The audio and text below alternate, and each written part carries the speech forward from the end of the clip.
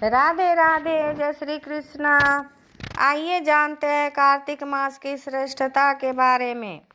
कार्तिक मास के विषय में एक बार स्वयं भगवान ब्रह्मा जी ने नारद जी से कहा कि कार्तिक मास भगवान विष्णु जी को सदा ही प्रिय रहा है। इस मास में भगवान के निमित्त जो कुछ भी पुण्य कर्म किया जाता है उसका नाश नहीं होता। मनुष्य योनि दुर्लभ है, इसलिए मनुष्य जन्म पाकर इस शरीर से कार्तिक मास में शुभ कर्म करें, जिस कारण पुनः नीचे न गिरना पड़े। इस महीने में समस्त देवता मनुष्य के समीप हो जाते हैं और इस मास में किए हुए स्नान, दान, भोजन, व्रत, स्वर्ण, चांदी, भूमि एवं वस्त्र आदि के दान का देवता विधि पूर्वक ग्रहण करते हैं। भगवान के उद्देश्य से मनुष्य जो कुछ भी कार्तिक मास में दान देता है उसे वह अक्षय रूप में प्राप्त करता है।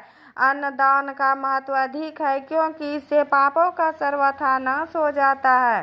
दान करने में असमर्थ मनुष्य यदि प्रतिदिन प्रसन्नता पूर्वक भगवान के नामों का स्मरण कर ले और इस मास में गंगा स्नान करते हुए कार्तिक मास की कथा को पढ़ ले तो भी वह अनंत पुण्य का भागी बनता है। इस मास में भगवान की प्रसन्नता के लिए शिव या विष्णु जी के मंदिर में अथवा किसी भी देव मंदिर में जागरण कीर्तन करें, स्वयं दीपदान करें या दूसरों के जलते हुए दीपक की रक्षा करें। तुलसी और आंवले के वृक्ष को भगवत स्वरूप मानकर उसका पूजन करें तो इससे भगवान का सारूप्य और मोक्ष पद प्राप्त होता है। कार्तिक मास में भूमि पर सोने वाले के पाप युगों युगों के लिए नष्ट हो जाते हैं। अरुणोदय काल में जागरण करके गंगा में अथवा किसी भी जलाशय में गंगा की भावना करके स्नान करने से मनुष्य करोड़ों जन्मों के कलुषों को धो डालता है। गोविंद गोविंद हरे मुरारे, गोविंद गोविंद मुकुंद कृष्ण, गोविंद गोविंद रथांग पाने, गोविंद दामोदर माधवेति।